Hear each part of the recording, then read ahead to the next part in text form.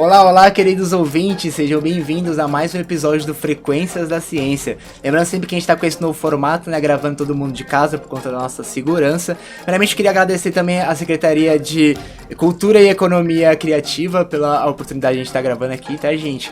E hoje o episódio vai ser sobre divulgação científica. Muito prazer, meu nome é Diego Pimentel, estamos com a presença aí de um ex-monitor do Museu Catavento e também os idealizadores do projeto, o Renan Ribeiro. Seja muito bem-vindo, Renan.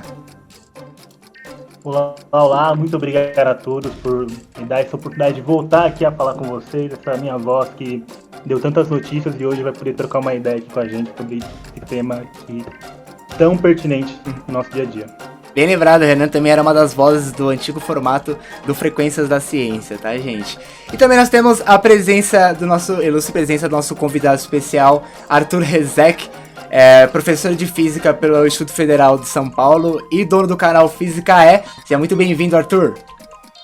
Obrigado, pessoal do Frequências da Ciência, aí, pelo convite. Estou muito feliz de estar aqui e poder compartilhar com vocês aí um pouco do conhecimento que eu tenho na área de divulgação científica.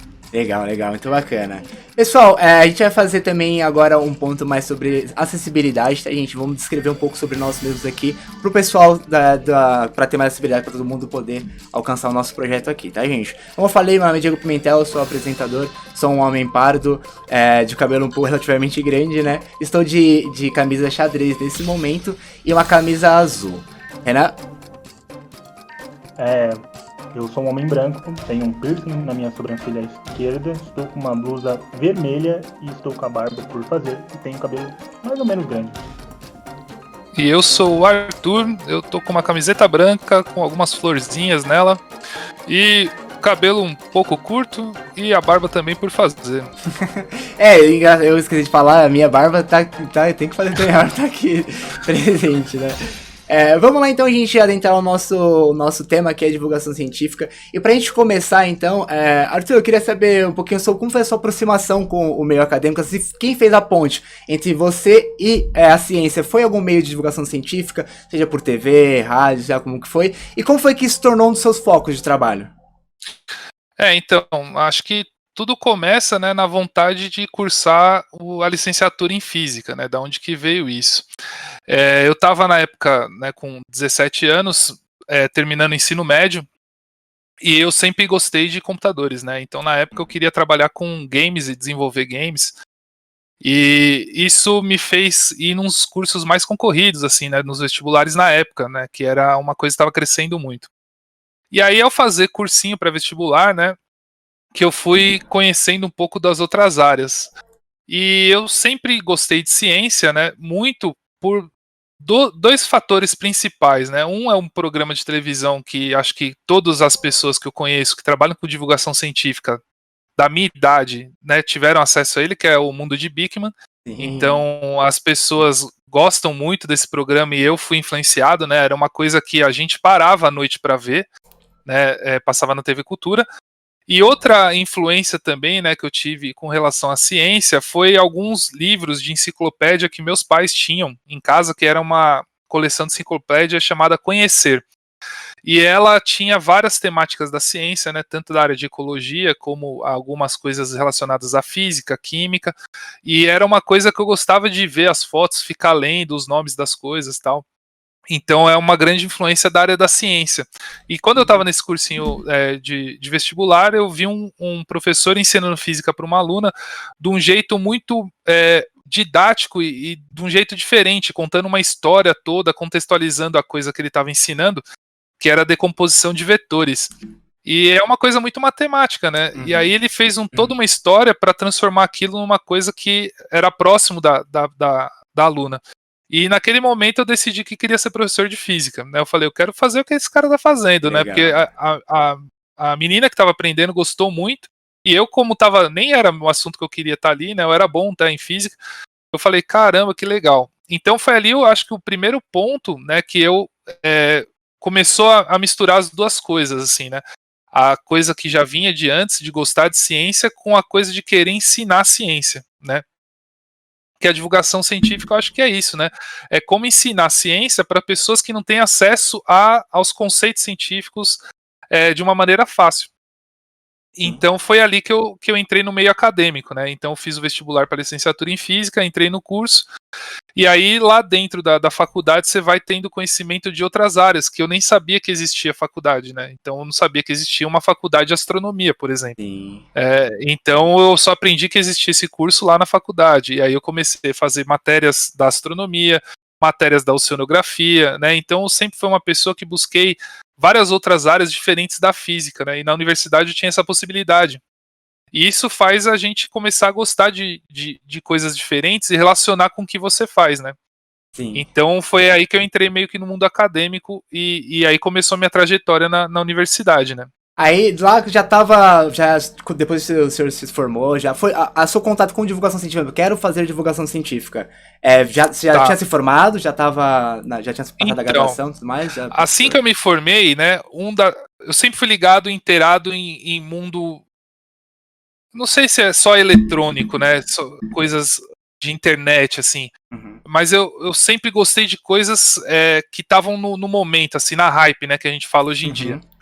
E então eu sempre estava por dentro das coisas que estavam acontecendo, né? Então quando lançava uma plataforma de rede social nova, eu rapidamente assim fazia inscrição, né? Então sou uma das primeiras pessoas lá do Twitter aqui no Brasil, né? Então eu entrei logo que tava todo mundo entrando, o Orkut, né? A gente tinha na época. O Facebook você tinha que ser convidado, né? Eu lembro que um amigo meu tinha ido para Itália, um italiano convidou ele, e aí eu pedi para ele me convidar para ter o Facebook, então para saber o que tá acontecendo, né? E numa das últimas matérias da faculdade eu chamava computador e vídeo. Era o uso do computador e vídeo, né? Tá vendo?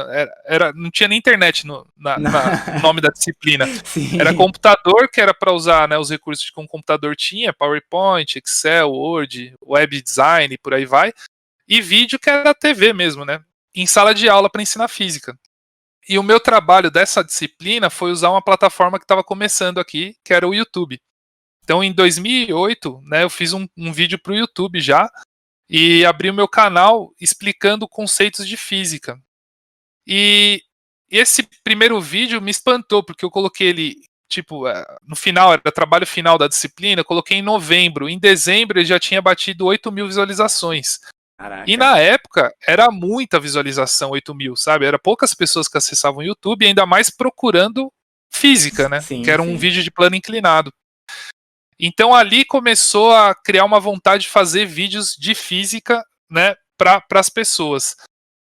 E aí, né, todo mundo me pergunta assim, fala, pô, por que você não faz videoaula, né? Que era uma videoaula. Aí eu falei, putz, porque não era aquilo, né? Eu não gostava de explicar o que todo mundo já explica na escola ou o que outros professores conseguem fazer. Eu queria fazer algo diferente, né? E aí eu tenho um caderninho de anotações aqui, onde estava claramente essa ideia em 2009, fazer um canal do YouTube estilo Mundo de Bikman. Era esse o meu... Que legal, que legal. A minha ideia, né?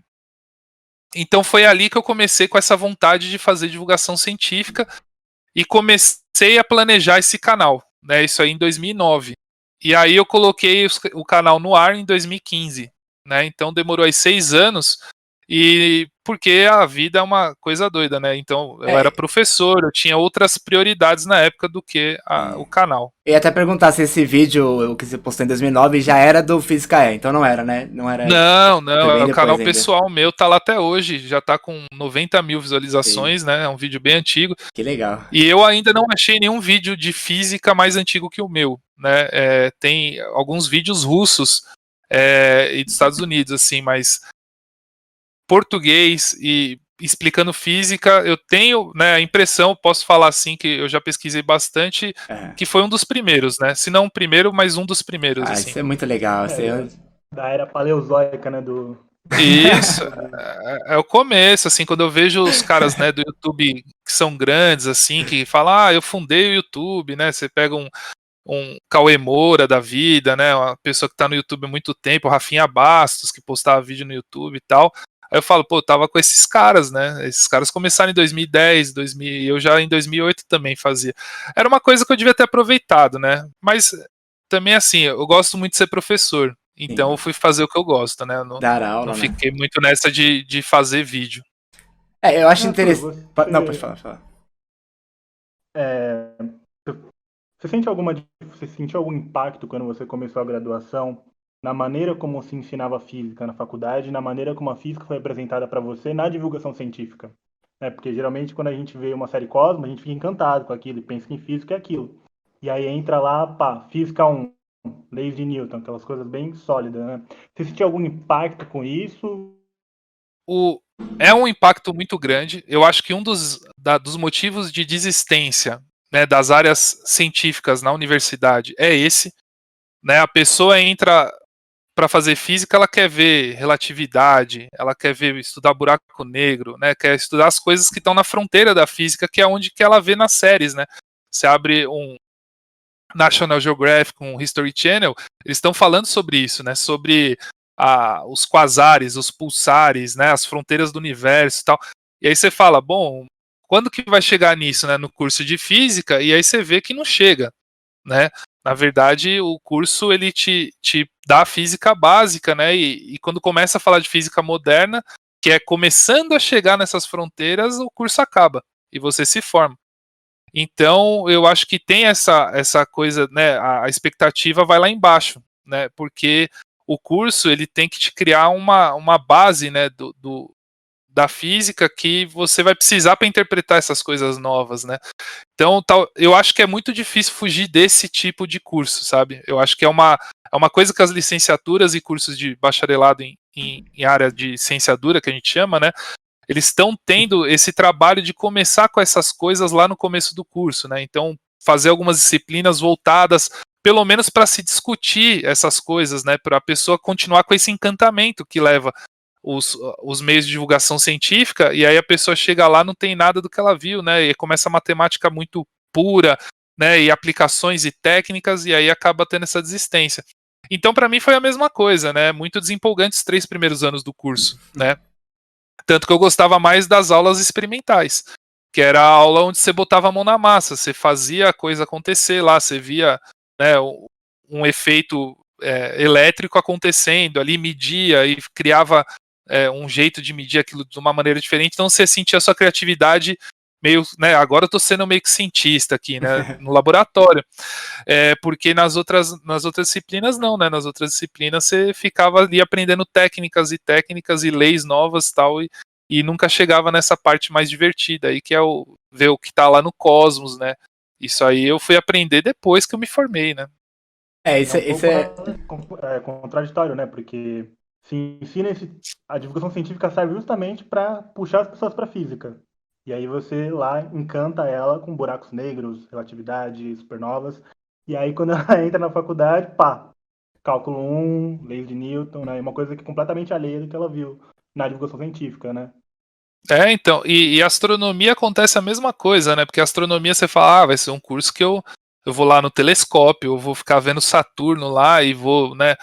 Porque quando a gente olha astronomia, ninguém fala que é um curso que você fica mais no computador do que olhando um telescópio. Na verdade, acho que poucos astrônomos colocam o olho num telescópio, né?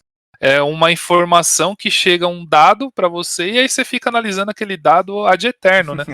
E então é um curso que também faz esse impacto. Muita gente vai fazer astronomia e aí não tem esse contato mais íntimo, né, com o céu e ver as estrelas, entender o movimento, né, ver, ali ó, naquela constelação tal, tem uma estrela lá que é binária, né, e tal, e começa... Não, você nunca vai olhar pelo telescópio essa estrela binária, né, é um trabalho muito mais processual de dados, né, do que você ficar olhando o céu, né, que é o glamour da astronomia, você olhar, né, e falar, ó, ali tem um planeta, ali tem um exoplaneta, tal. Se descobre bastante coisa, tem a parte empolgante, é lógico. Eu faço astronomia, né, hoje em dia. E tem isso, assim, muitas pessoas perdem essa empolgação por causa disso, né, desse começo aí.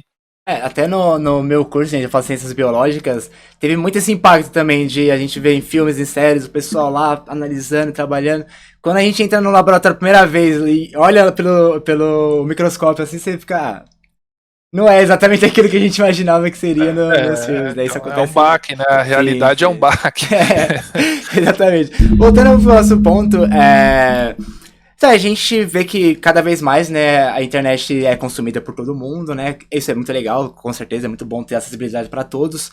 E a divulgação científica acaba também se tornando algo mais fácil e mais acessível também, né? Mais fácil para se produzir, porque você vai ter mais oportunidades de produzir, né? E mais acessível para todo mundo também. Você acha que tem que ter algum método, assim, tipo, seguir a risca para se divulgar ciência? Ou o importante é mais divulgar, assim? Claro que eu faço com responsabilidade pra gente também não bater em pontos como fake news, pseudociência, que a gente sabe que tem bastante aí, né? Pseudociência acho que tá mais presente do que nunca. E, segundo ponto, você acha que tem que ter alguma coisa pra seguir assim, ou o importante é se divulgar? Então, eu acho que a internet ela trouxe uma possibilidade de pessoas que gostariam de fazer divulgação científica ter a possibilidade, né? Então eu queria fazer um programa de física. Para você conseguir espaço, né, nas mídias tradicionais, então você conseguir uma coluna num jornal, né, de grande circulação, né, sei lá, uma Folha de São Paulo, um estado. Você não vai conseguir uma coluna, né, a não ser que seja uma coisa muito inovadora, né, um texto muito bom e que agrade muitos editores do jornal. Então é muito difícil conseguir esse espaço. Mas tem, né, mas é difícil. Sim.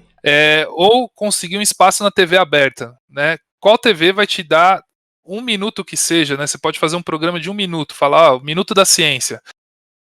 Mas 1 minuto é muito caro na TV, né? Então é muito difícil fornecerem esse espaço. Então a internet trouxe essa possibilidade. Você não precisa de ninguém, né? Você pode criar o seu conteúdo de divulgação científica e simplesmente subir numa plataforma que você deseja. Tanto escrito, quanto vídeo, quanto falado, que é esse podcast que a gente está gravando, né? Você vai, grava o seu podcast sobre ciência e põe em uma plataforma qualquer de áudio, né? E as pessoas vão ter acesso. E aí que entra um problema, né? Que é as pessoas te conhecerem. Ou seja, como que você faz para se autodivulgar o seu conteúdo de divulgação científica. Que tem trabalhos muito bons e muito elaborados que as pessoas que estão dispostas a fazer divulgação, elas têm um desestímulo muito grande, né, no começo, que é você produzir um conteúdo que te demanda muito tempo de trabalho e você não ter nenhum retorno. E às vezes não é nem retorno financeiro, né? Porque às vezes as pessoas querem viver disso, né? O seu trabalho delas. E aí precisa ter uma renda, né? Esse retorno é muito mais complicado, muito mais difícil. Agora vamos supor que ela quer fazer aquilo porque ela gosta, né? Esse retorno, né? O retorno de visualizações, as pessoas verem o que você está fazendo, o seu trabalho. Né? Você faz um trabalho legal, você quer que as pessoas tenham conhecimento. Isso acho que é o mais difícil das pessoas terem acesso. Então tem tem esses dois lados. Criou a facilidade de você colocar conteúdos de ciência. A internet, você tem 1000 coisas, né, disponíveis à sua mão para divulgar a ciência, mas as pessoas, né, elas têm acesso a poucos lugares, né, e normalmente tem umas hypes, assim, né. Então o YouTube, durante muito tempo, foi aonde todo mundo ia buscar informação. Hoje em dia já não está tanto mais lá. Ainda continuam buscando, virou o novo Google, né? Você tem uma dúvida, você não digita mais no Google, você digita no YouTube, você já vai atrás de um vídeo. Mas criou, tem que ver onde estão as pessoas, né? É isso que eu sempre falo, assim, a divulgação científica, você tem um público-alvo, você tem alguém que você quer atingir com o seu vídeo, com o seu podcast, com a sua carta, com sua coluna de jornal. Então, você definindo esse público, fica mais fácil de você entender o que você está fazendo. Então, para mim, a divulgação tem que acontecer em qualquer lugar, né, e para qualquer pessoa. Que às vezes a internet também exclui um monte de gente, né? Tem muitas pessoas que agora, né, todo mundo está tendo acesso a um smartphone com um plano de 3G aberto para algumas plataformas, que não são todas, né? Tem algumas que consome toda a banda da pessoa, né? Se ela for ver um vídeo no YouTube, por exemplo. Não consegue ver, né? Mas tem outras que o acesso é liberado. O Facebook tem algumas operadoras que liberam acesso ao Facebook. Então, você fazer vídeo de divulgação por Facebook, você vai atingir essas pessoas que têm limitação de conectividade. Então, por exemplo, tem lugares que nem o celular tá tão fácil, né, de chegar. E aí você tem que criar outros meios, né? Que é você ir na comunidade, levar um folhetinho, né? E aí você fala, panfletar na saída do trem lá da estação Santa Helena, por exemplo, ou, né, nas estações da extrema zona leste. E aí você vai panfleta lá, a pessoa pega o folhetinho e vai ler. Mas aí também tem uma limitação, né? Nem todas as pessoas têm a capacidade de ler e interpretar. Ou Sim, é seja, verdade. como que você vai fazer essa comunicação? O que mais importa é definir o seu público. Você fala, quem eu quero atingir? Qual camada social? Né? A internet atinge uma camada social. Tem uma camada social que não tem acesso a essa divulgação, né? Então é isso que tem que se pensar. Para mim, divulgação científica é isso, é qualquer lugar. E aí as pessoas sempre pensam em fazer coisas na internet, né? A maioria, porque acha que vai atingir uma massa, mas tem gente que tá ficando de fora. Sim. Só a gente vê como tá a nossa pandemia, como as pessoas estão considerando a seriedade que é uma pandemia, como se cuidar. Né? Você sai na rua, você vê uma pessoa sem máscara, não é porque ela não entende, não sabe o que está acontecendo na pandemia ou está sendo contra, não está ligando, é uma negacionista. Não, ela não entendeu a seriedade, né, do que é uma contaminação, ela não entendeu que se o vírus se pega pelo ar. Por quê? Porque a informação não está chegando dela, né? O vídeo do Átila não está chegando nessa pessoa, né? Entendeu? A comunicação tem que ser feita por outra mídia. TV, no caso, né, entraria, que nem, por exemplo, agora, meio pandemia, né, a gente vê que apareceu bastante o Átila mesmo. O Átila, ele sempre foi divulgador científico há muito tempo, só que agora que ele realmente conseguiu, né, a chegar, assim, a um aspecto gigante, aparecendo na televisão e tudo mais. Rede nacional, né, ele é convidado então. para Globo News e por aí vai. Exato. É isso, a TV abre espaço nesses momentos, né. Só que até a TV, né, você vê que a TV tá indo pro caminho da internet. Sim. Né? Não é à toa que a Globo agora tem o canal Globoplay. Por quê? Sim, porque ela tá sim. pulando os seus programas na internet, né? Serviço de streaming. É até uma coisa que a gente porque ela tá vendo essa tendência da nova geração de não consumir mais o televisor. Ficar lá na frente da TV, ver 5 minutos de comercial para você ver seu programa. O pessoal quer acessar ali sem propaganda, né? Todo mundo fica nervoso quando vê uma propaganda no YouTube. Né? Fala, 5 segundos aqui. 5 segundos. A gente tinha que ver intervalo de 5 minutos para ver Bigman, sabe? Mas é isso, por quê? Porque a pessoa quer tudo agora e quer acesso à informação ali mais imediato, né? Até um ponto que a gente ia bater seria mais ou menos isso, porque a gente ia perguntar por que na televisão antigamente existia muito mais programas de divulgação científica, né? Eu tô tirando o ponto que jornais atualmente estão passando muita ciência e tudo mais por conta da pandemia, mas falando de programa específico mesmo de divulgação científica, que hoje na televisão aberta quase não tem mais, né? Acho que até por conta disso, a ideia é ser assim, será que é por conta dessa... A internet é mais fácil, assim, tipo, é mais rápido, as coisas, a gente consegue informação mais direto, como que...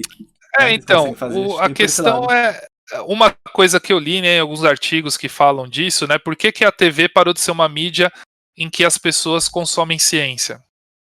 E virou uma coisa dos canais pagos, né? A gente fala de TV aberta. A TV aberta não tem esses programas. A TV paga, por assinatura, tem muitos programas de divulgação científica muito bons, né, muito bem produzidos e com pessoas muito boas, né, tanto em relação científica quanto em relação à comunicação. E por que vai perdendo esse espaço? É questão de audiência, né? Eu vi uma notícia que quando o Fantástico colocava aquela... No Fantástico tinha uma abertura de 3 minutos ou 4 minutos da National Geographic ou da BBC e passava um documentário, né? Ou falando de ecologia, ou falando de astronomia. Todo domingo à noite passava, né? A audiência do Fantástico caía absurdamente quando entrava esse tipo de conteúdo na TV Globo.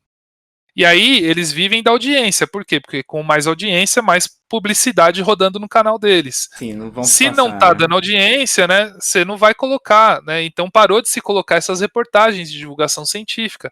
E aí começaram a colocar mais futebol, começaram a colocar mais vídeos da internet engraçados, né? Ou vídeos, né, curiosidades, que é aquele, o detetive investiga, né, ver se é fake ou é verdade, né, o vídeo que tá lá circulando na internet, que são essas coisas que as pessoas, né, estavam atrás. E aí a ciência ficou para quem gosta, né, falar, eu gosto de ciência, eu quero ver mais aqui sobre buraco negro, eu vou lá no YouTube, digito buraco negro, e aí sai os canais de divulgação científica que a gente conhece, aí que estão, né, fazendo conteúdo de ciência.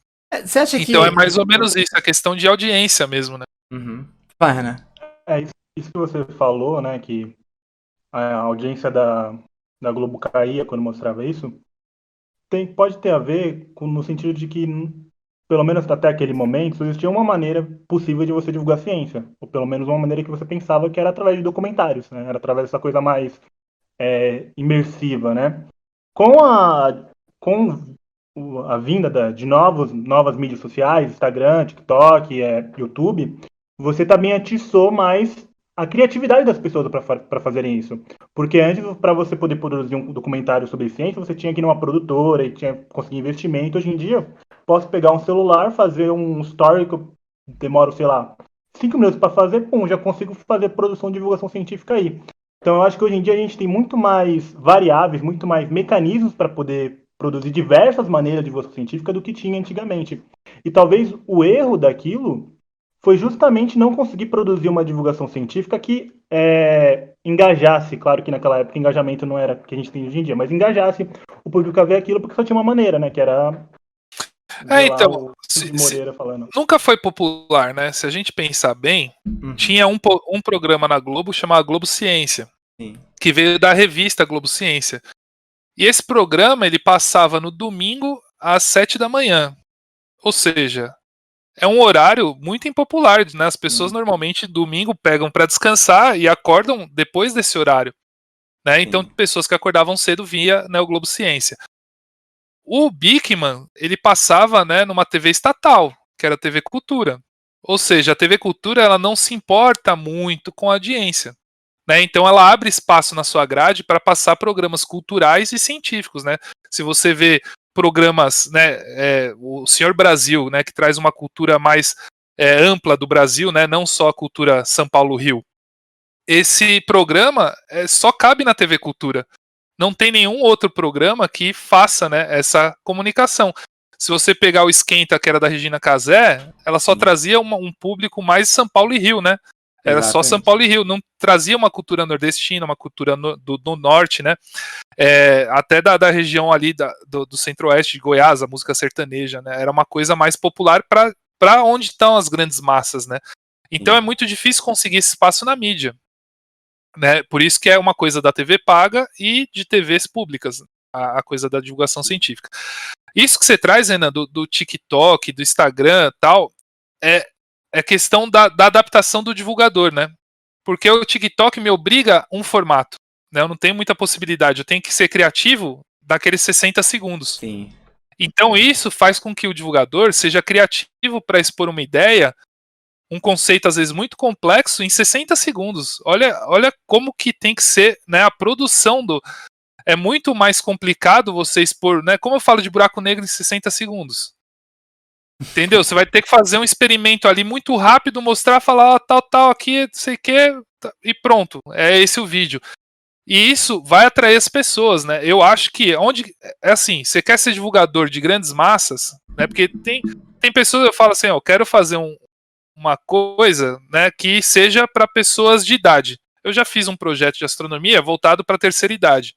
Você fala, eu não quero ir nas grandes massas, eu quero atingir só esse pessoal aqui da cidade que eu estou trabalhando, né? E aí você fala, eu quero atingir grandes massas, né? Então como que eu vou? Você tem que ir onde o povo tá. Quais as redes sociais que o pessoal tá usando? Né? É o YouTube? Então eu tenho que estar nessas redes. Hoje em dia é TikTok e Instagram. Né? E o WhatsApp. Agora, como fazer divulgação científica no WhatsApp eu ainda tenho estudado, né? Como que faz uma coisa tão viral que se propague, né? A pessoa não veja o vídeo, engraçado, e fique para ela. Que ela entre em todos os grupos dela e compartilhe aquela informação. Né? Então o WhatsApp depende mais disso. O TikTok e o Instagram não, né? Você tá lá rodando seu feed lá, né, o Reels ou o TikTok indo e uma hora aparece lá um professor falando de física, um professor falando de química, uma pessoa querendo comunicar alguma coisa. Então, acho que tem que pensar sempre nisso, né? Essa criatividade que você falou, essa possibilidade das mídias, elas te põem num formato. O YouTube, se você fizer vídeos maiores que 10 minutos, ninguém vê. Aí você tem que achar um meio termo ali, né? Então você tem que meio seguir, assim, o Castanhari, ele foi uma pessoa que conseguiu divulgar a ciência no YouTube fazendo vídeos de 1h10, 1h20. Que é impressionante uma pessoa ficar no YouTube 1h20 no mesmo vídeo. Sabe, ele conseguiu uma façanha, né?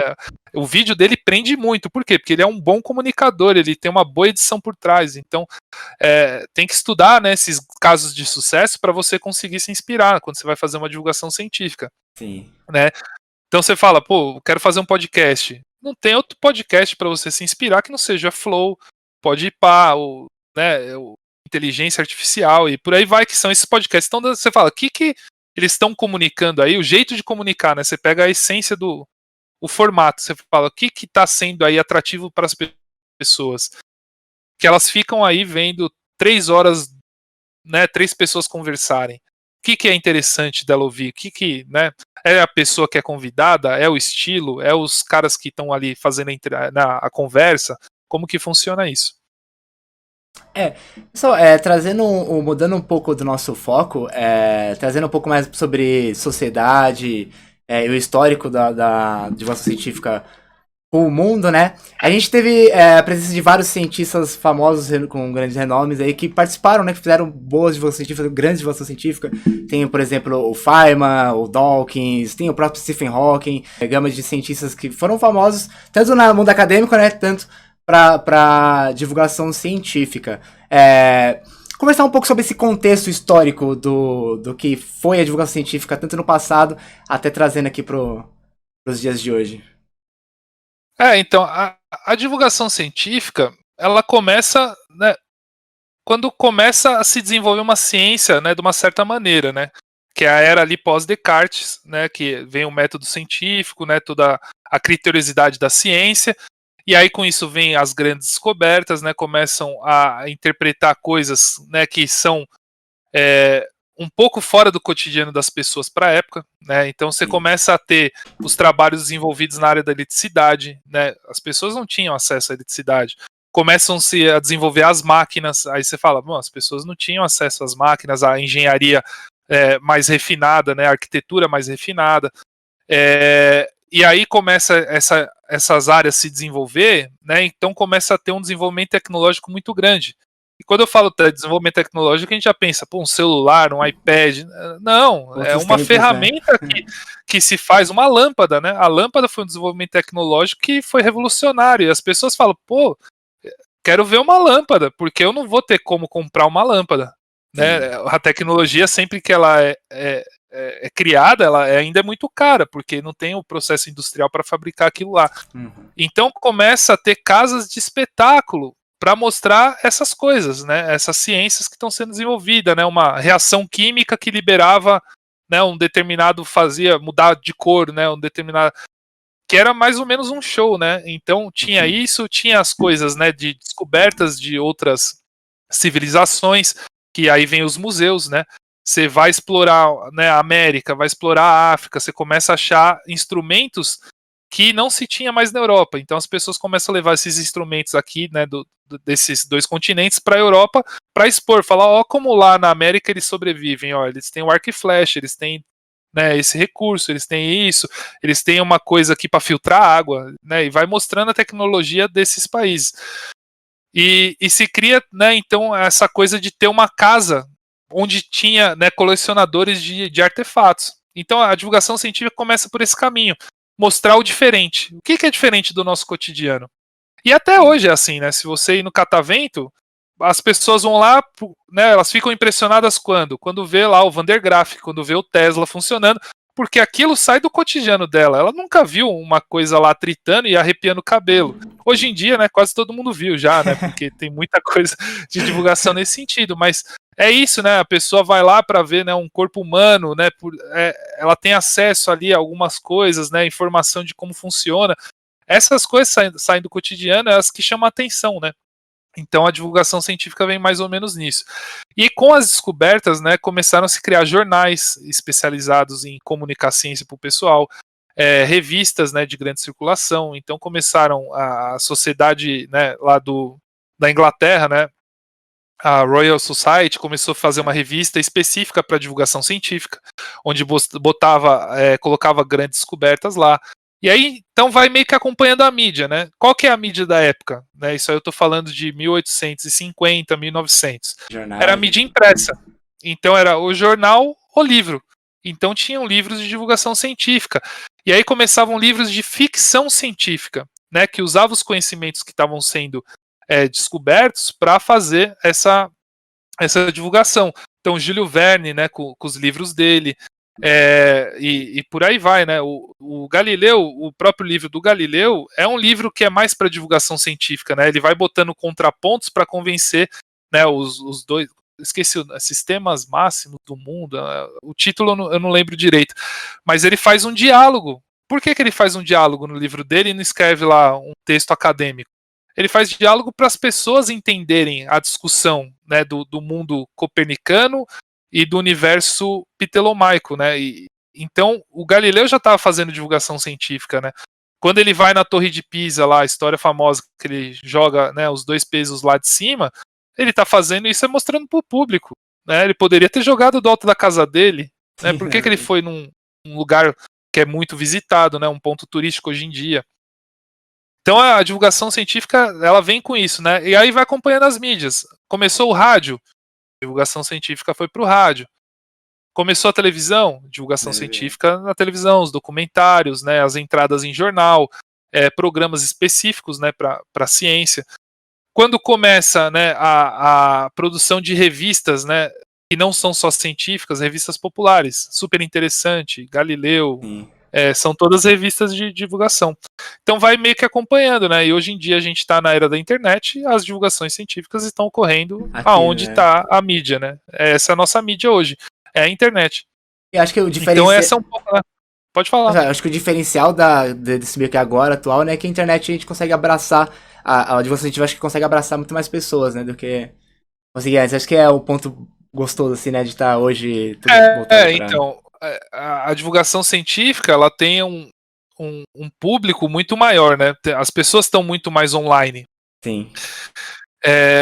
Essas revistas, né? Primeiro, a pessoa tinha que ir numa banca.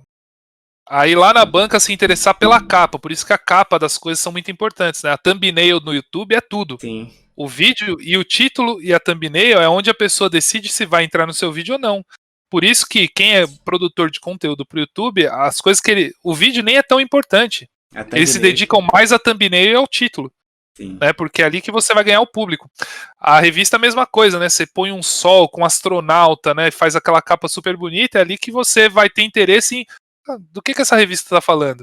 E aí você tinha que botar do seu bolso, né? Você tinha que comprar uma revista. Então a internet dá essa possibilidade de estar muito mais acessível. E as pessoas, elas estão na internet, né? Então tem muita coisa a ser feita e ser explorada pela divulgação científica ainda na internet. Né, eu já começo a ver movimentos, né, para outras plataformas que não o YouTube, por exemplo. Isso na internet de computador. Uma coisa que até que eu ia citar, a BBC recentemente ela publicou uma matéria falando sobre o movimento de cientistas indo contrário ao negacionismo, né, indo para as redes sociais, só que assim, para Instagram, Facebook, essas redes sociais mais, que a gente tá mais familiarizadas, assim. E eles ficaram bem surpresos com a reação do público, da reação positiva do público foi muito bom, o tamanho do engajamento que eles conseguiram, que foi enorme também, acho que entra bastante nisso, né, agora está indo pra essas redes sociais, assim, saindo um pouco também do YouTube, né, como o senhor mesmo disse, o YouTube hoje em dia também já não é aquele ponto principal que todo mundo ia antigamente, agora as coisas, bem que o TikTok que é 30 segundos ou 60 segundos, rapidinho a informação vem ali rápida pra eles, vão na hora, eles já conseguem pegar e ir, né, acho que... Então, pode falar. A minha crítica a esse pessoal, né, que veio agora nessa hora da pandemia e tá indo, fala, meu, cara terraplanista, ele tá lá no YouTube. Como que eu vou estar? Eu, professor da universidade, pesquisador em astronomia. Eu tenho que estar lá também, né, porque senão a pessoa só vai ter acesso ao outro. Exatamente. E aí eles estão indo meio que vamos supor, a pessoa quer fazer um TikTok. Fala, agora é a comunicação do momento. E ela vai lá simplesmente coloca o jeito dela no TikTok. Isso eu acho que não vai ser uma comunicação efetiva. Por quê? Porque ela não está estudando como que se acontece a comunicação no TikTok. Sim. Então você tem que pegar as pessoas que comunicam bem no TikTok, aprender com elas para ir comunicar ciência no TikTok. Né? Isso não é novidade para divulgação científica, né? Uhum. Quando você começa a escrever para um jornal, o cientista ele não simplesmente, eu leio o jornal, vou escrever jornal aqui, todo mundo sabe. Não, né? Foi uma conexão entre o jornalismo e a ciência, tanto que virou uma área chamada jornalismo científico. E essa área, por quê? Porque o jornalista ele sabe escrever para o jornal, ele sabe comunicar com as pessoas que estão lendo o jornal. O cientista, não. O cientista sabe as coisas assim. E tem que ter um meio termo entre esses dois, né? Tem que ter ponte, casar né? essas duas áreas. E o que está acontecendo é isso, né? O pessoal está indo para essas plataformas sem saber muito como que se dá a comunicação dessa plataforma, ou o que é popular dessa plataforma. Sim. Né? Então eu, cientista, começo a fazer vídeo do YouTube. Ah, é só eu sentar lá e ficar falando, né? Ou é só fazer como se fosse um programa de TV. E não é, né? O YouTube não é isso. Se fosse isso, né, as pessoas da TV fariam sucesso no YouTube. Sim. E tem poucos casos de pessoas que saíram da TV e tem canais muito bons no YouTube. Por quê? Porque a comunicação é diferente, né? Ela tem todo um estilo a plataforma. Então acho que minha crítica, né, desse novo momento é essa, assim. As pessoas não estão conhecendo, né, os comunicadores efetivos da plataforma e aprendendo com eles antes de começar a fazer divulgação científica. Porque aí seria uma divulgação muito mais efetiva. Sim, com certeza. As pessoas estão gostando de ouvir os cientistas? Lógico.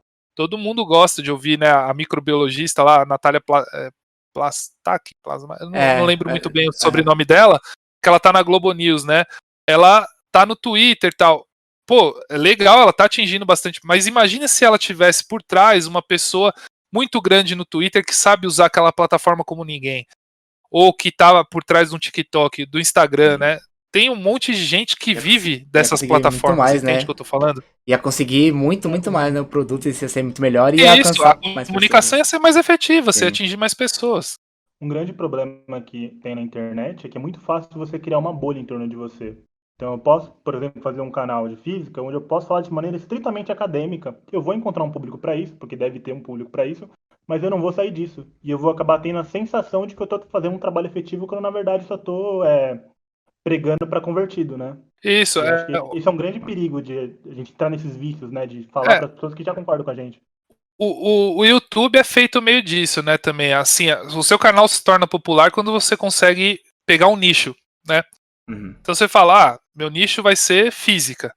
Então eu tenho lá poucos seguidores, justamente porque é um nicho muito específico, né? Poucas pessoas procuram a física do jeito que eu estou mostrando, né?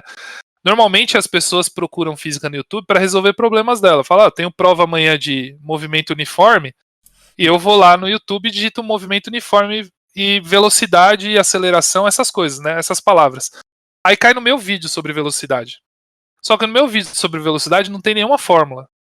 Eu não vou solucionar o problema da pessoa, ela não está querendo ver divulgação científica de velocidade. Eu falando que a velocidade está no dia a dia, quando a gente se movimenta, né? Quando a gente faz. E é isso, assim. Então, o meu nicho é muito pequeno, né? Porque as pessoas, quando vai para o YouTube atrás de física, é para resolver esse problema delas, né? A maioria delas. Sim. Então também tem isso, né Renan? A coisa das pessoas ficarem nessas pequenas bolhas justamente por isso. Então são poucas pessoas, mas atinge. É isso.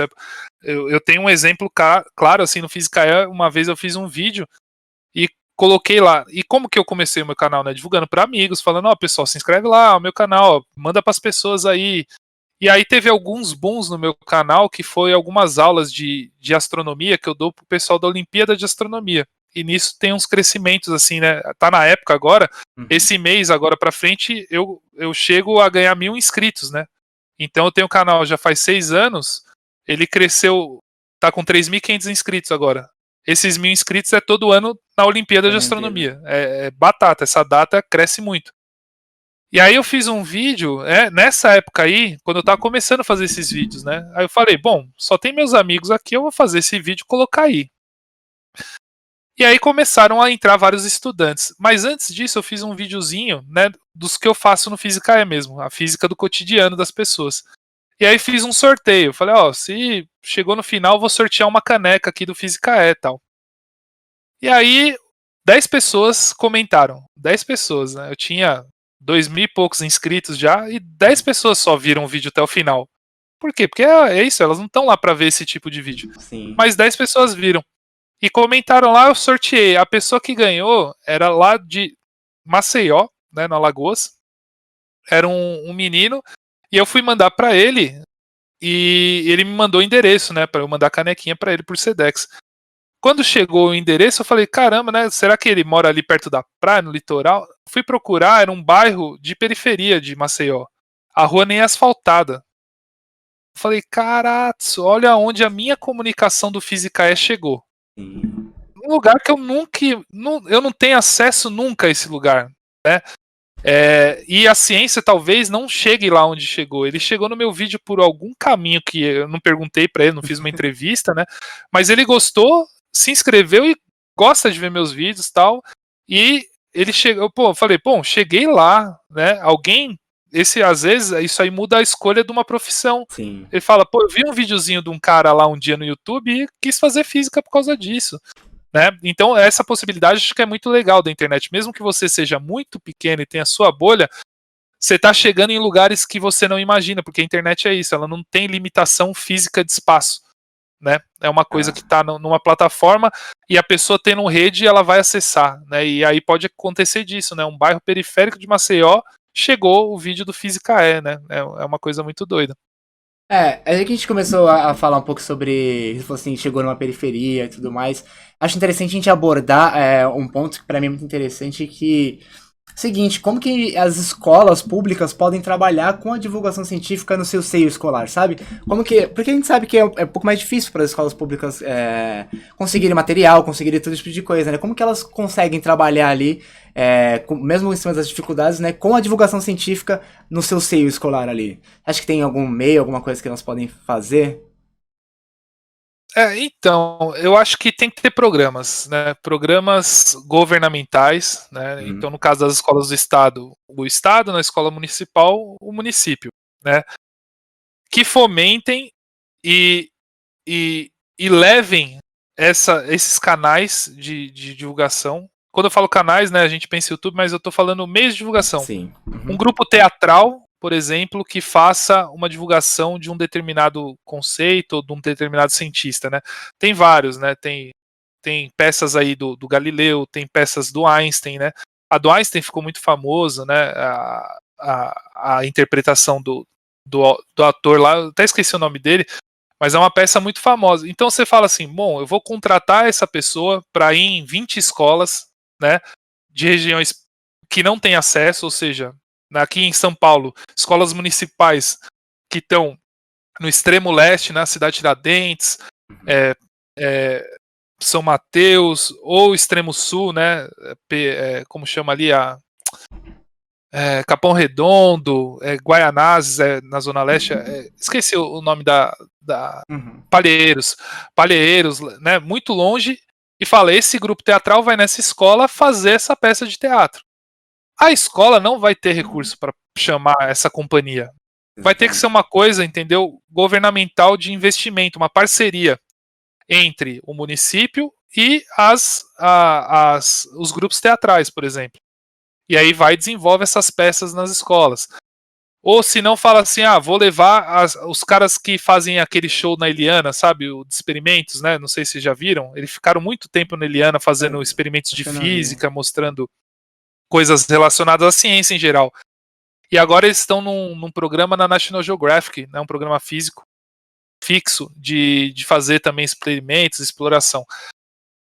Pegar esses caras e falar, a gente vai contratar vocês por 1 ano, e nesse 1 ano vocês vão fazer, vamos supor, 100 visitas, né, 2 escolas por semana no estado inteiro. Né, escolas que... E aí eles vão lá e fazem nessa produção.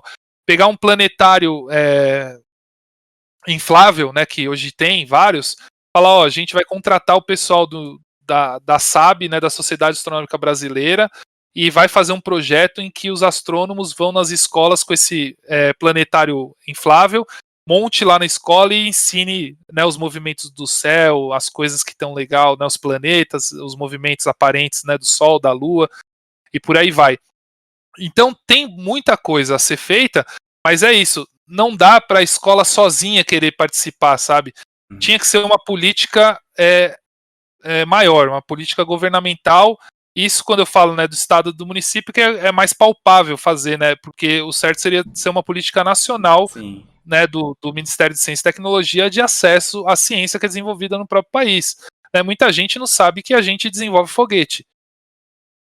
A gente tem um Instituto de Pesquisa Aeroespacial, né? Fica em São José dos Campos, aqui perto de São Paulo, e a gente não tem acesso ao que é produzido lá, né? Os satélites brasileiros que são, né? A gente não tem conhecimento disso. Por quê? Porque está faltando a comunicação entre o Instituto de Pesquisa e a comunidade, né? Então tem que ter um programa que incentive pessoas a produzir esses conteúdos de divulgação científica nesses institutos também, né? Nos institutos de pesquisa. O Instituto de Pesquisa Energética Nuclear, que fica dentro da USP. Você sabia que aqui em São Paulo tem um reator nuclear? Pouca gente sabe. Você fala, pô, dá para visitar. Você pode agendar uma visita lá com um grupo de estudantes, né?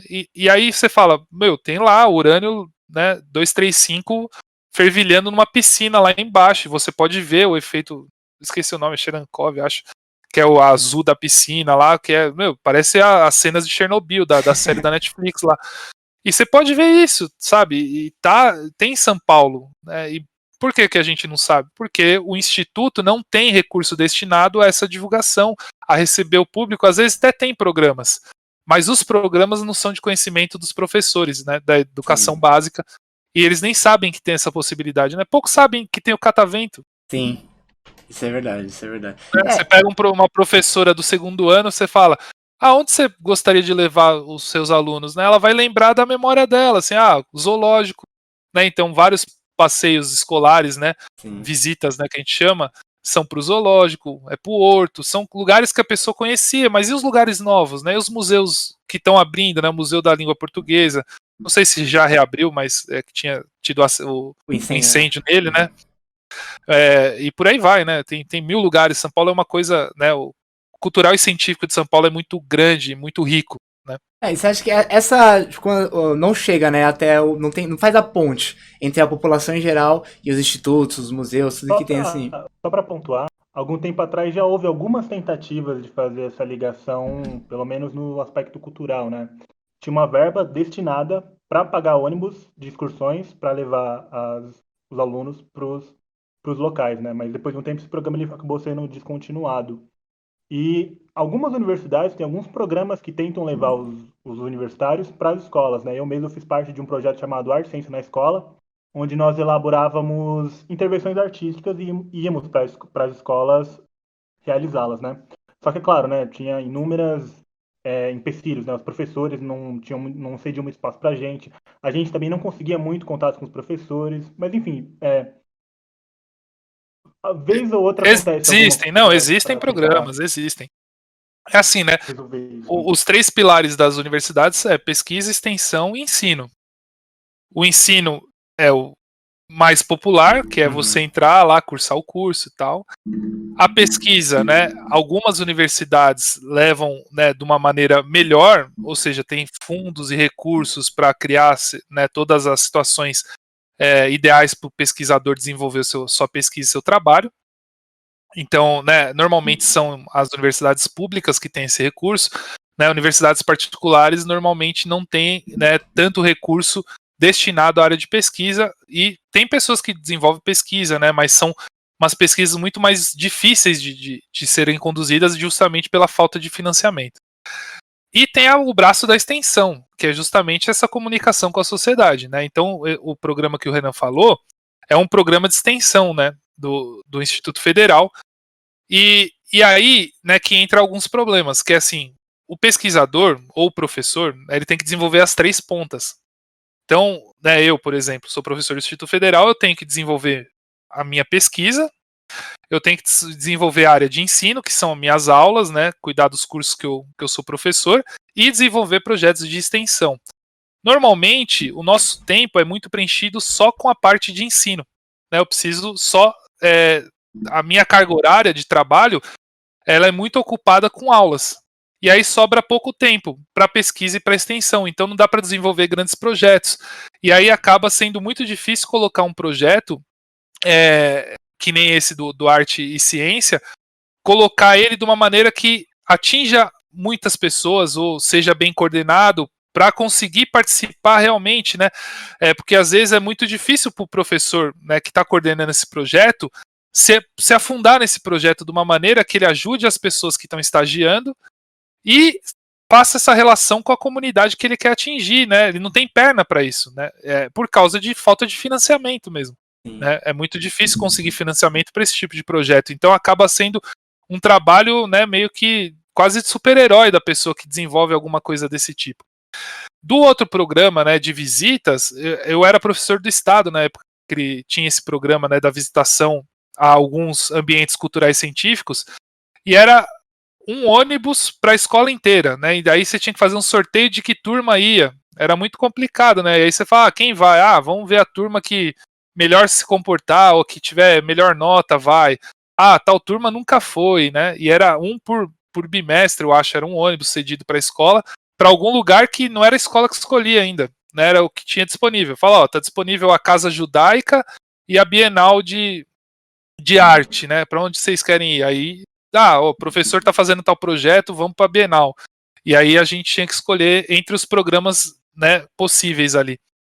Mas é isso, são situações muito pontuais, né? Que atingem de uma certa maneira a escola. Não vou falar que não são bons projetos, é melhor um projeto desse do que nenhum. Sim. Sempre, né? É melhor alguma coisa ser feita do que nada ser feito. Né? Então, eu gosto muito de pessoas que se dedicam, né? Então no YouTube tem muitos canais pequenos, com 20 mil, 10 mil inscritos, que a pessoa faz um bom conteúdo e não deixa de fazer esse bom conteúdo. Por quê? Porque ela está atingindo 200 visualizações por vídeo, mas ela está atingindo 200 pessoas. Né? Então, né, o Arte e Ciência ia em 2 escolas no mês, mas ia em 2 escolas. Né? Tinha gente que se não tivesse projeto, não ia ter nenhuma escola atingida por esse projeto e por esse tipo de divulgação. Então é isso, sabe? Mas eu acho que falta uma força, né, governamental para que isso se torne uma política mesmo de acesso à ciência. Sim. Acesso à ciência é político, né? É uma coisa que é definido lá no orçamento. Você tem que falar, por que é importante uma pessoa, né, com dificuldades econômicas e sociais, né, de convívio, mora num bairro muito violento, por que é importante aquela pessoa saber física?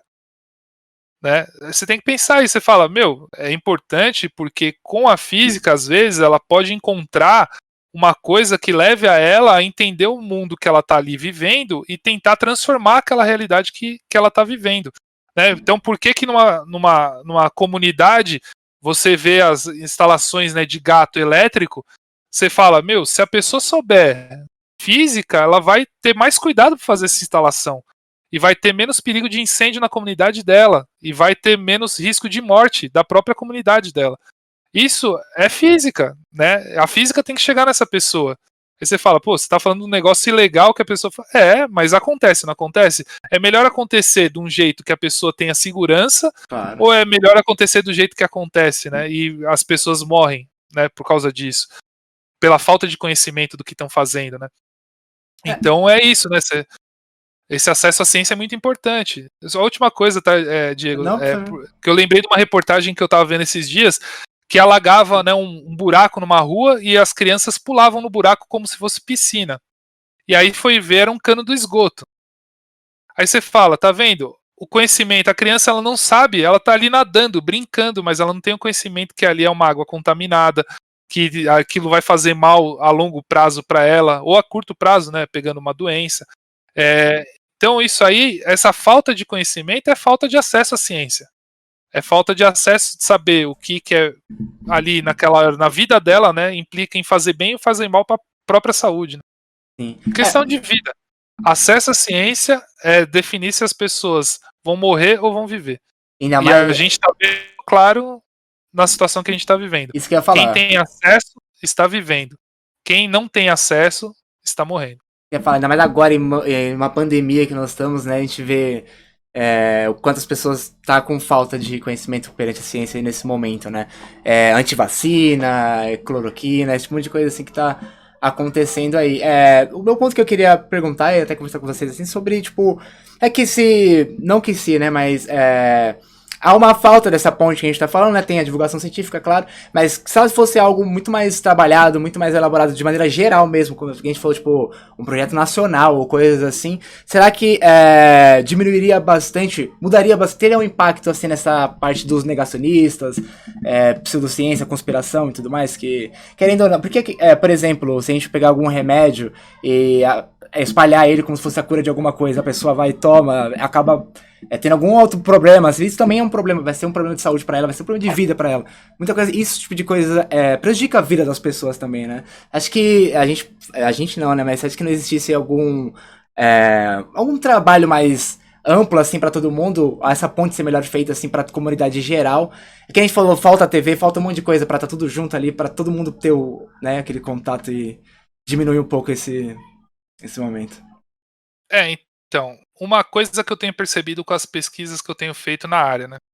Então, eu não falei um pouco da pesquisa, mas o que eu estou desenvolvendo hoje, né? Eu estou pesquisando os grandes canais do YouTube, né? Então, estou entrevistando a maioria deles. Então, já entrevistei o Iberê, do Manual do Mundo, já entrevistei o canal do Schwarza, o próprio Schwarza, entrevistei o Salvador Nogueira, que é jornalista da Folha e tem um canal, né, no YouTube também falando de astronomia. E estou entrevistando essas pessoas, né? E essa pesquisa é para quê?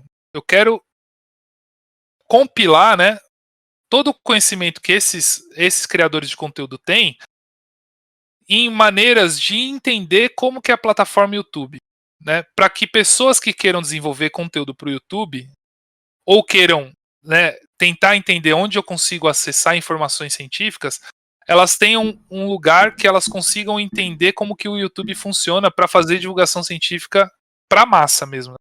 Grandes canais, eles atingem um público gigantesco. E aí você fala, então como que se comunica para grandes massas, né? Como eu faço para o meu canal ter 1 milhão de pessoas lá vendo, né, o conteúdo científico de uma maneira fácil e a pessoa tenha confiabilidade no que aquilo que está sendo dito naquele canal. Essa é uma das coisas que eu tenho. E uma das coisas que eu vejo, né, que o YouTube, né, ele proporciona e a pessoa fica ali. Isso eu não estou falando mais de canal de ciência, estou falando da plataforma de uma maneira geral. Por que você se inscreve num canal? É só pelo conteúdo? Não é, porque, por exemplo, eu gosto de xadrez, eu não me inscrevi em todos os canais de xadrez que existem. Eu me inscrevo em alguns. E por que eu me inscrevo em alguns e não em outros? Né? O que está ali é a pessoa que fala. E eu vejo muito que é a sensação de fazer parte. Eu acho que é aí que a ciência está pecando e que os negacionistas estão voando, estão nadando de braçada, né? Os caras estão que nem o Michael Phelps e a gente que igual uma pessoa que está aprendendo a nadar cachorrinho. É mais ou menos essa disputa que a gente está tendo nessas plataformas de comunicação. Por quê? Porque os caras conseguiram criar comunidades em que as pessoas fazem parte do que o cara está desenvolvendo, do que o cara está pesquisando, na parte negacionista. Né? Então você fala, bom, terraplanista, por que tem um canal de terraplanista com 300 mil pessoas? E aí tem um canal de astronomia com 20 mil. Muito melhor editado, com informações muito mais precisas e tal. E o outro é um cara falando, né, com umas imagens, né, uns assuntos de conspiração, né, falando que o homem não foi para a Lua, tal. E por que isso é popular? Porque aquele cara ele criou uma comunidade em torno dele, né? É isso que acho que está faltando a gente entender, como que se cria essas comunidades, como faz para a população participar da ciência e do desenvolvimento científico. Entendeu? E aí que eu vejo uma mudança na comunicação científica hoje em dia. Isso através das plataformas que vieram. Sim. Quando um divulgador põe lá, né, o Pedro Loz, do Ciência Todo Dia, põe uma caixinha de perguntas no Instagram dele, não é porque ele quer ficar respondendo perguntas da vida dele, mas ele responde. Por quê? Porque ali ele está criando uma comunidade. As pessoas que põem uma pergunta lá e é respondida, elas sentem que está fazendo parte do canal Ciência Todo Dia. E ele vai seguir aquela pessoa, né? Eu sigo um cara de Minecraft desde 2013. E é muito famoso, é o Vinícius 13, não sei se vocês gostam de Minecraft, mas é um canal maior do YouTube. Eu falar Minecraft.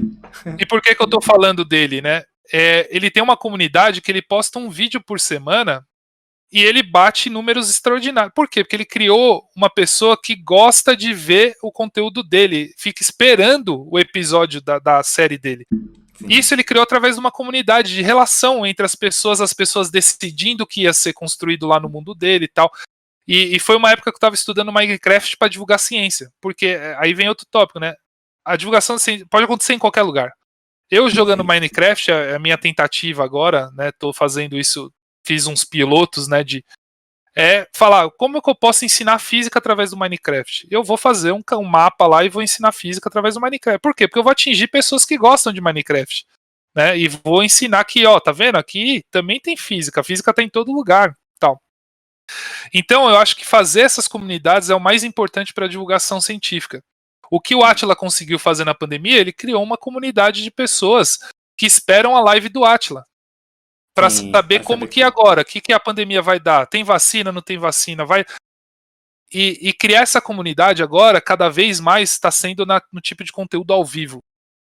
Né? Então, por que o Flow é o podcast famoso? Porque ele criou uma comunidade em torno dele. E essa comunidade gosta de ver o conteúdo dele não só lá no Spotify, quando vai para lá. Não só os cortes, né, que são os vídeos, mas é quando tá acontecendo a entrevista. É ir no chat lá e falando junto com eles e vai conversando no chat e vai participando, manda uma mensagem. Aí os caras lêem sua mensagem, você faz parte daquele. Você escolhe o entrevistado no Twitter. Ou seja, eles fazem um jeito de você participar. E é isso que a ciência está pecando. Como que o cidadão, né, que financia o desenvolvimento científico do país, ele está participando da ciência? Entendeu? Como que ele está fazendo, né? Qual é o elo dele com o cientista lá do Instituto de Astronomia da USP? A comunidade está influenciando as pesquisas que estão acontecendo lá? Ela está tendo acesso, ela está tendo participação, entendeu? Eu acho que esse é o caminho que eu, como pesquisador, estou meio percebendo, assim, né? Eu não publiquei nada nesse sentido, mas é para onde que eu acho que a comunicação científica tem que seguir. Criar comunidades. E então, onde que eu vejo que tem a possibilidade de fazer isso de uma maneira legal hoje em dia? O canal da Twitch, né? Ou o canal de streaming em geral, mas eu acho que a Twitch ela tem uma coisa de se criar comunidade em torno de streamers, né? E aí você fala, sou fã do Alanzoca. O Alanzoca entra no meu celular, eu entro para ver a live dele. Né, eu não sei nem se é comum as pessoas que vão estar ouvindo esse podcast saber essas pessoas que eu estou citando, mas tudo bem, pessoal. É uma plataforma nova, quem não conhece pode ir atrás depois. São plataformas de streaming que pessoas elas conseguem comunicar um jogo, né? As pessoas ficam 30 mil, 20 mil pessoas vendo essa pessoa jogar videogame. Ninguém fica vendo isso aí à toa. Não é pelo jogo. O jogo você poderia ver seu amigo jogar no sofá da sua casa, não ia ser tão interessante. É o jeito que ele comunica e como ele criou essa comunidade que participa junto com ele, criando o conteúdo dele. Né? E isso tem vários, né? O Selbit, o Gaules e o Phelps, Calango e por aí vai, né? Streamers do LoL. E agora eu acho que a tendência, né, pelo menos eu vi já divulgadores indo para esse canal, a Twitch. A Twitch já tem, o Pedro Loss está fazendo live na Twitch do Ciência Todo Dia. A Matemaníaca, né, a Júlia, não sei se vocês conhecem, mas é um canal de divulgação de matemática, tá lá na Twitch. E o que ela faz na Twitch? Ela divulga matemática? Não, ela estuda matemática. E aí ela estudando matemática, vai conversando com o pessoal vai perguntando o que ela está estudando, ela está divulgando matemática, no fundo. Mas é uma coisa que ela está fazendo, e a comunidade fala, tô fazendo parte, eu tô interagindo com a pessoa. E esse fazer parte eu acho que tá crescendo, né? Ontem eu tava vendo um canal da Twitch, é uma engenheira, e ela tá desenvolvendo uma máquina. Uma maquininha de puxar a bala assim e dispensar no escorregadorzinho. Só isso, a maquininha de papelão, com um pouquinho de Arduino, robótica. Cara, tem lá 50 pessoas vendo ela. Olha que interessante. É uma comunidade, é isso que ela criou. É 50 pessoas desenvolvendo aquela máquina com ela. E quando ela tem algum problema, aí alguém manda, tem tal vídeo, ajuda nisso aí. Aí ela entra no vídeo, ou seja, a pessoa está construindo junto com ela. Entendeu? Eu acho que essa é o lado da divulgação científica, que eu acho que talvez seja o caminho mais assertivo, assim, para lutar contra essa coisa, né, a negacionista ou as pseudociências, que eles conseguiram criar comunidades em torno de conspirações. O terraplanista tá aí, o antivacina tá aí, a pessoa que não acredita no aquecimento global tá aí, ou que acredita que não tá tendo desmatamento na Amazônia tá aí. Por quê? Porque ela faz parte, aquilo lá é a vida dela, ela vai defender. Aí você falou, né? O começo da pergunta é mó longa, né? Que eu tô aqui falando. Mas você falou, tem como converter o negacionista, né? Pro lado, né? O lado Jedi, não ser do lado negro da força. Então aí vem uma pesquisa e uma pergunta que fizeram e a resposta é não. Não tem. Quando a pessoa toma aquilo como fé e crença, né, vira igual religião. Por isso que, né, tem aquele velho ditado que é Sim. política, religião e futebol não se discute. E aí entra também, negacionistas não tem como discutir. Porque a pessoa, quando ela entra numa discussão com você, ela não está disposta a se converter. Falar, nossa, eu não vou mais acreditar nisso, não faz sentido. Ela entra querendo defender aquele ponto dela. E ela vai trazer argumentos atrás de argumentos, porque a pessoa que é fiel, ela tem uma crença, ela vai estudar aquilo, né? Ela vai naquela seita dela muito profundo. E ela vai ter argumentos e vai discutir. E aí, no final de uma discussão desse tipo, ela sai lá, ganhei o debate, né? Que é o famoso debate que estão fazendo hoje em dia, que não é o debate científico, né? Porque debate científico, uma das pontas está predispostas a estar errada. Sim. Então, se eu tenho uma teoria atômica nova, inovadora, falo, nossa, o Arthur pensou numa teoria atômica genial, e eu vou debater com alguém que acredita na atomística como ela é vista, tenho que estar predisposto a falar, meu pensamento está errado nesse ponto. Realmente ele me convenceu com os argumentos dele que o dele está certo. Ou ele também falar, é verdade, ó, a teoria do Arthur Nova agora funciona melhor que essa antiga. Então, o debate científico é isso. As pontas estão predispostas a aceitar os argumentos do outro. E quando você entra com debate de negacionismo, não adianta. Não há o diálogo. Ela não vai estar disposta e você também não vai estar disposto. Né? Não é só o lado, né, negacionista. O seu lado científico, você fala, não, a Terra é esférica e acabou-se. Não vou discutir. Você pode me falar 1000 vezes que a Terra é plana, do argumento.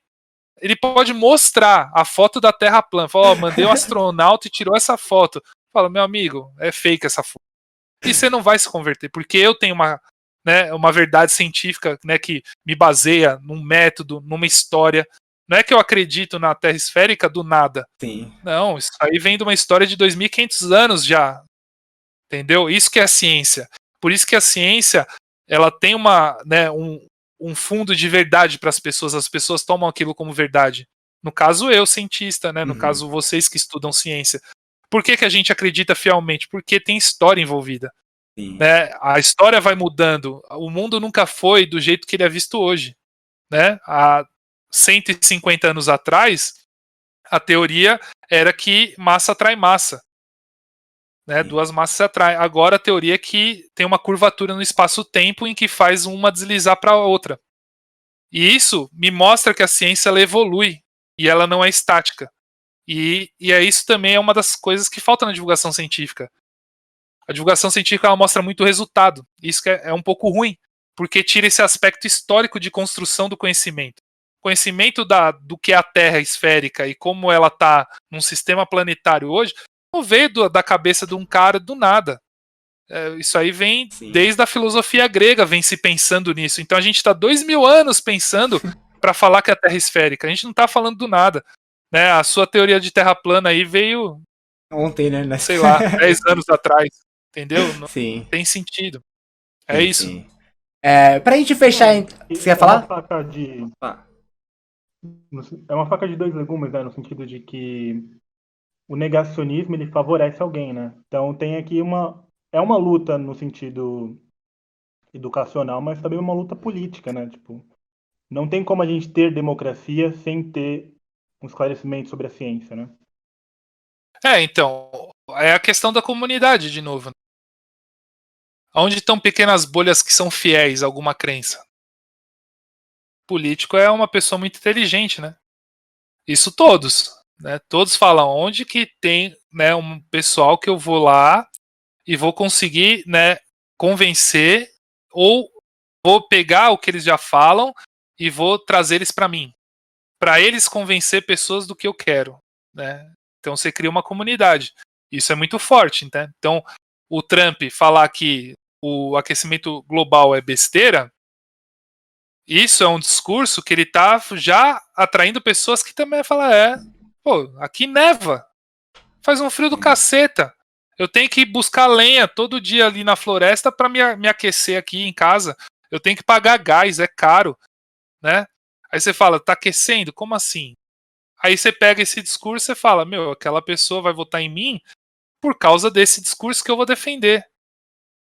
Então, isso aí é muito, né, é visível como a pesquisa leva a pessoa. Você fala assim, bom, a maioria do meu eleitorado é a favor da vacina ou é anti-vacina? É a favor da pandemia ou contra, né? A pandemia acha que é uma coisa da China, manipulação chinesa que quer dominar o mundo e tal. Você fala, bom, a maior parte do meu eleitorado é isso, então eu vou manter esse discurso, né, que a gente chama de discurso radical, né? E a ciência, ela traz, né, uma batalha, ela entra nessa batalha, que é visões de mundo, né? E aí que a ciência perdeu um espaço muito grande, que era assim, aonde que eu brigo com as visões de mundo que estão por aí? Porque tem várias visões de mundo. As pessoas, né, nós três aqui, a gente tem uma visão de mundo familiar.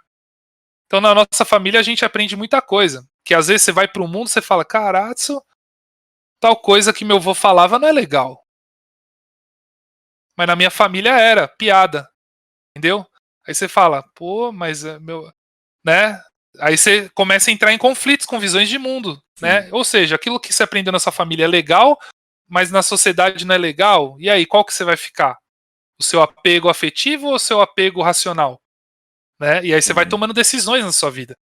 E aí tem a visão de mundo religiosa, tem a visão de mundo científica, tem a visão de mundo econômica, visão de mundo social, e por aí vai, né? Todas as ciências que vão se desenvolvendo nessas áreas. E a ciência, aonde que ela tem a oportunidade de mostrar sua visão de mundo? E aí vem um espaço que eu defendo unânime, é na escola. É aonde que a ciência ela tem acesso e é político. Né? Esse acesso é direito de toda pessoa ter acesso à educação. Não tem como escapar da escola. Né? Para você ir para um culto religioso, a pessoa tem que te converter a determinada religião, você tem que se convencer aí, né, no culto, conversar com a pessoa religiosa, começar a ter essa interação. A escola, os alunos eles estão ali para ser ensinados e determinadas visões de mundo que são importantes. Visão de mundo histórica. Você só vai saber por que a gente está nesse país, por que tem uma cidade que nem São Paulo e por que nossa cidade é desse tamanho, se você entender a história. Vai ter a visão de mundo sociológica, vai entender as relações, né, de poder que dão entre as classes sociais por causa do estudo da sociologia. E a visão de mundo da ciência, com física, química e biologia, entra na escola. E aí, na escola, a gente tem perdido, né, a oportunidade de comunicar a ciência de uma maneira sedutora. Né, quando você vira, né, esses manuais que estão aqui, né, reprodução, o professor vira reprodução desses manuais que estão aqui, você não está comunicando, né? Você está comunicando um tipo de ciência que é a ciência estabilizada. Né? Quando você ensina uma lei de Newton, é a ciência que já foi feita há 400 anos atrás, e eu estou ensinando ela no ensino médio hoje. Qual o sentido de ensinar essa ciência? Né? É uma ciência sedutora? Não. Né? Quando é uma coisa muito cristalizada, não se torna sedutor. Né? Por isso que as coisas têm perdido adepto por causa dessa cristalização toda. E a ciência também. Então, a comunicação tem que ser feita na escola. É lá onde a gente vai mostrar a visão de mundo científica. É lá que a gente vai mostrar como a ciência funciona, que ela não é verdade 100%. Por quê? Porque ela sempre está em construção. E na pandemia é a maior lição que a gente viu. Os efeitos são de uma gripe, começou a sentir falta de ar, vai para o hospital. Pessoal, não é isso, tá? É um pouco mais grave, tem que usar máscara. Máscara de pano não funciona. Tem que ser máscara de PFF2. Por que vai mudando? Né? O pessoal, cada hora é uma coisa, tá vendo? Nada funciona. É porque a gente está construindo conhecimento científico em cima desse vírus. Ele não é pronto. E então, isso é uma visão da ciência em processo. Né? A ciência é um processo. Ela não é uma coisa estagnada. E na escola, né, e na comunicação científica de maneira geral, a gente passa como uma coisa construída. Fala, tá lá, é pronto. Né? O conhecimento aqui que o Newton desenvolveu, você não pode desenvolver mais nada. Tá tudo resolvido em torno da mecânica. O que o Darwin falou, tá tudo resolvido na parte de evolução de espécies. Tá vendo o conhecimento aqui que o Dalton propôs aí, aí, já era, não tem mais. Não, você fala, a evolução, o Darwin começou esse pensamento esse pensamento vai muito mais adiante, uma coisa que o Darwin nem imaginaria que estaria hoje. O Newton nem imaginaria como que a gente estaria, né, a nossa sociedade hoje desenvolvendo conhecimentos de mecânica e interação de corpos. E por aí vai, né? Então é isso que acho que falta para a ciência, né? Comunicar como que ela é uma evolução constante. E ela não é estática, né? A ciência é um processo. E é aí que a gente ganha dos negacionistas. Por quê? Porque negacionista é fixo, é cristalizado, né? É um dogma. Vacina causa autismo. Não, mas cadê? Mostra um autista que foi vacinado. No meu método científico mostra que de 100 mil pessoas, uma desenvolveu. Então eu salvei 100 mil vidas, né? E aí? Sim. Por quê? Porque eu tenho um processo, tenho um estudo, tenho análise desse processo, tenho construção de conhecimento em cima desse processo, né? E aí esse processo científico na escola a gente perdeu, a história da ciência na escola a gente perdeu, e a ética e a filosofia da ciência a gente nunca discutiu. Gente, nosso episódio tá ficando um pouco longo, então vamos finalizar, vou fazer a nossa última pergunta aqui, que nem é mais uma pergunta, é mais mas pra gente quer. Então que uma pergunta, né? Que é sobre o atual estado, como estamos em uma pandemia, né? Não só o Museu Catavento, como a maior parte dos museus estão tendo que se adaptar a esse novo mundo, né? E indo para as mídias sociais. Você tem algum toque que você acha que é interessante os museus seguir e tudo mais? Como que você tá vendo tudo isso? Pra mim, a minha opinião é que, tipo, deviam trabalhar isso há muito tempo já. Claro, agora foi um empecilho que aconteceu e todo mundo teve que vir. Mas se fosse trabalhado há muito tempo, já também seria bem interessante isso. Os museus gerais estar aqui em mídias sociais, né? Então, o museu, né, tem assim, né, as referências nossas de museu são os museus europeus e americanos, né? Onde o museu ele é um ponto turístico, ou seja, é pago, né? Eu tive a oportunidade de ir num curso, né, de verão lá na Suécia, e aí eu aproveitei e fui em 2 museus lá científicos, né? Um em Gotemburgo e um em Amsterdã, na Holanda. E nesses 2 museus, né, eu paguei muito caro para acessar eles. Que é diferente aqui do Brasil. A nossa realidade não permite que um museu seja pago, porque as pessoas já não vão, né, normalmente. Se você cobrar uma coisa que impossibilita o acesso dessa pessoa, né, a pessoa não vai. E nesses museus, né, o que estava acontecendo? Eles estavam fazendo, né, pequenas lives sobre algumas coisas que possuíam no museu, que acho que isso o Catavento fez, né? Mas aí tem aquela coisa da participação. Fala, mas e aí? Onde foi levantado o que as pessoas querem ver? Como que o pessoal está participando? Né? Quem definiu, por exemplo, que a comunicação era melhor por podcast? É uma ideia que atinge, acho, uma pessoa porque está no hype dos podcasts. Você fala, bom, é uma coisa que o pessoal está acessando. Mas fez alguma, né, pesquisa com as pessoas que já iam no Catavento, com algum catálogo de e-mail, fala, a gente está querendo fazer alguma coisa online. E normalmente quando a gente vai para online, a gente tenta replicar o que era o presencial, né? Os professores foram isso, né? Eu dava uma aula presencial com Los e Giz, quando eu vou aqui para online, eu começo com, preciso de uma mesa digital, porque eu preciso escrever aqui, né, como se fosse minha lousa. Eu preciso fazer uma apresentação e não aproveito os recursos de agora estar num computador ou de ter os recursos online. E tem várias coisas interessantes assim que eu vi de museu, né, realizando. Um foi um zoológico em Jundiaí, que ele ia indo, né, como se fosse o público a câmera. E aí ia fazendo uma visita guiada ao longo do zoológico com a câmera. E aí o pessoal ia interagindo pelo YouTube, pelos comentários, e aí o monitor ia respondendo. Então talvez uma das coisas que poderia fazer o Catavento, assim que, né, vocês puderem voltar para lá, né, no momento mais seguro, não sei se já pode, se vai voltar, mas seria uma visita dessa, falar, todo terça-feira às 10 da manhã até o meio-dia, a gente vai estar fazendo uma visita guiada no museu e os nossos monitores vão estar lá explicando, né, e aí vocês podem interagir com eles, né, qual experimento vocês querem mais ver, qual apresentação vocês querem mais ver. E então usar a criatividade para essas coisas, né? Como que eu posso comunicar o que eu queria comunicar no museu e usar as plataformas que estão disponíveis para mim, né? Então fala assim, bom, a gente queria fazer uma nova, a gente queria mexer um pouco na nossa, eu esqueci a palavra agora científica do negócio, nosso acervo. A gente queria trazer coisas novas para o nosso acervo da área da química ou da área da biologia, né? Fala, vamos construir essa coisa junto no Discord? Vamos fazer um servidor do Discord com pessoas que gostam do museu? E aí lá a gente vai discutindo junto. Fala aí, pessoal, o que vocês acham que a gente pode fazer aqui nesse espaço, ó? E aí as pessoas participam, tal. Então são estratégias, né, que eu acho que é isso. Tem que se criar comunidades, né? E por aí vai, né? Então acho que é criar esses elos de comunicação com as pessoas. Eu acho que seria a maior dica, assim, né? Porque a criatividade vocês vão ter, né? Vocês vão olhar, é igual, né? A gente tem um problema para resolver. Fala, o museu tá fechado, as pessoas não podem visitar. O que a gente tem em mãos, né? A gente tem as mídias sociais, que é onde atinge a maior massa, né? Não vai ter como fugir disso. Fala, e agora, né? Eu posso fazer alguma coisa pontual aqui no Terminal Parque Dom Pedro?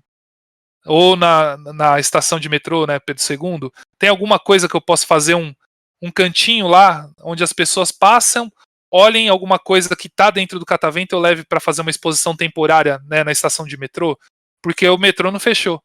Sim. Né? E aí você tem alguma coisa que, né, do acervo que pode deixar lá para o pessoal interagir, né, que seja do lado da bilheteria, onde é mais seguro deixar alguma coisa assim, ou lá na mesma, na rampa de acesso ao trem, sei lá. Então tem, né, você tem que pensar isso, sei lá, onde eu quero atingir as pessoas. Eu acho que é isso, escolhe o público-alvo, fala, o público-alvo é o jovem. O jovem tá no YouTube, no Instagram, então é esse. É lá que a gente vai. É lá que a gente vai. Eu quero atingir pessoas de 35 mais. Bom, essas pessoas estão em outros lugares, né? Aonde que eu faço minhas relações também com as mídias da cidade, para elas me divulgarem o que eu vou estar fazendo. Fala, o Museu do Catavento tá pondo coisas itinerantes no museu. Deem uma olhada, o pessoal que tá indo no museu, né? Comunica num jornal SPTV da vida. Né? Então é isso. Então, pessoal, nosso episódio vai ficando por aqui, tá, gente? Eu quero agradecer a presença do Renan. Muito obrigado, Renan, por ter vindo aí com a gente aí, mesmo depois de ter saído ainda. Como foi uma das pessoas que criou comigo aqui esse episódio, pôde vir aqui para participar com a gente. Muito obrigado, Renan. Você quer dar seu tchau? Muito feliz por ter acontecido esse episódio que demorou tanto tempo para vir à tona, né? Já faz 1000 anos que estamos aí conversando com o Arthur sobre isso. E acho que valeu a pena a espera. Valeu. Foi legal, gostou? Muito gratificante. Bastante.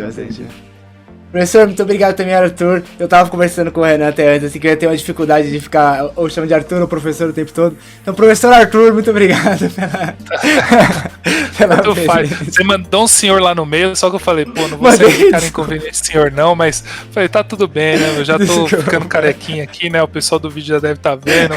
35 já passei, falei, então tá, cabe já.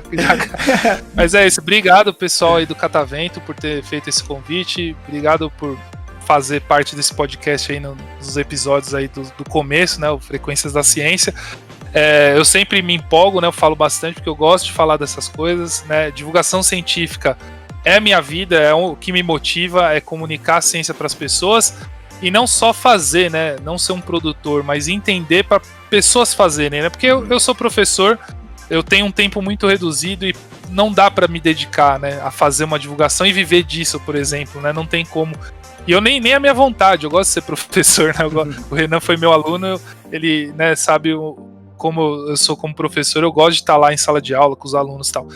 Mas essa é a temática minha de pesquisa, né? Eu pesquiso divulgação científica, gosto de entender o que está acontecendo, entender como está o mundo e tentar convencer pessoas a caminhar para esse sentido, como eu entendo a divulgação científica, que eu consegui expor muito bem aqui para vocês, e acho que foi bem legal o nosso papo aí, acho que vai servir para bastante pessoa pensar, né, fala, putz, é verdade, né, a ciência não é estática, ela tá aí em desenvolvimento, a comunicação tem que ser feita em comunidade, né, você só se torna, eu sou palmeirense, né, tem então um negocinho aqui do Palmeiras, fala, por que é legal ser palmeirense? Porque eu ia lá no estádio, tinha torcida, às vezes você fazia parte de uma coisa lá, de torcer por algum motivo idiota, que é uma bola entrando na rede, né?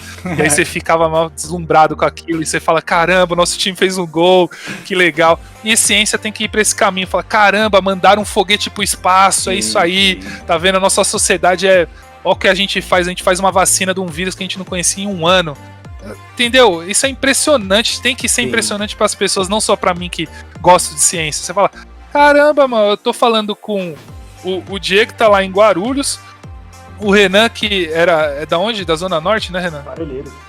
Palheiros, aí, ó, da onde eu fui ali na Zona Sul, e a gente tá os três aqui no mesmo lugar com um desenvolvimento tecnológico aqui que tá comunicando, eu falo aqui quase instantaneamente, vocês me ouvem, né?